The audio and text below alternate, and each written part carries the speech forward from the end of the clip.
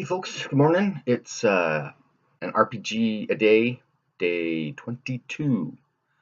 Which RPG is the easiest for you to run?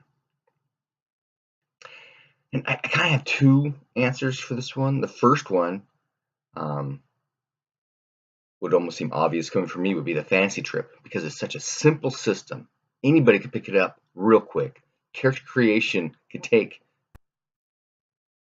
at the most 10 minutes. Well, okay. If you really want to get in depth and get pokey around, you could probably take longer, but the whole concept of character generation is really simple. You allot your points, select your skills or spells, Uh, the GM gives you, some initial cash or a background, and then it's just how to get your party together, that kind of stuff. So, and the way to build an adventure, even from scratch, is right inside the in the Labyrinth book. If you don't already have something elsewhere, so bam, bam, it's rolling. That's one of the things I love about it. But alongside that is Dungeons & Dragons 5th edition. Part of the reason for that would be the fact that a lot of people, a lot of people, are familiar with Dungeons & Dragons, specifically 5th edition these days. And 5th edition is a simplified system. But if you really want to get in depth with a new person, showing them all the different races, all the different classes, the aspects of all the different classes, that can get time consuming. But the actual rolling of stats, and if you select a class and or a race and a class and a background, marking up all those marking up all those skills, and doing the first level stuff, that's pretty quick too. I believe, but I haven't really been looking, that the new Dungeon Master's Guide for 5th edition also has the random dungeon generation that the AD&D Monsters Manual had, which is something that, as I mentioned earlier, I used to play with my brother. That's what he used to do strictly, is these random dungeons.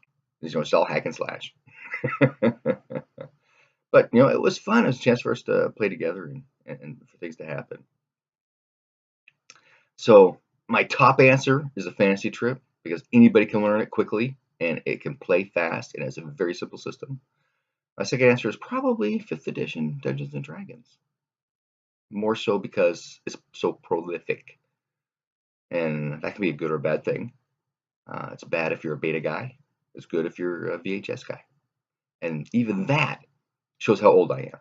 Because everything now are DVDs and Blu-ray. So hey, take it for what it's worth. I was going to mention something about the Fantasy Trip. It was produced by Metagaming. Metagaming went out of business in 1982. While I was at Gen Con, I actually by accident, because I went to a seminar, it turned out I went early, the little matrix spreadsheet thing that I built for me to keep track of where I need to be when. Didn't have enough lines on it to separate the hours out.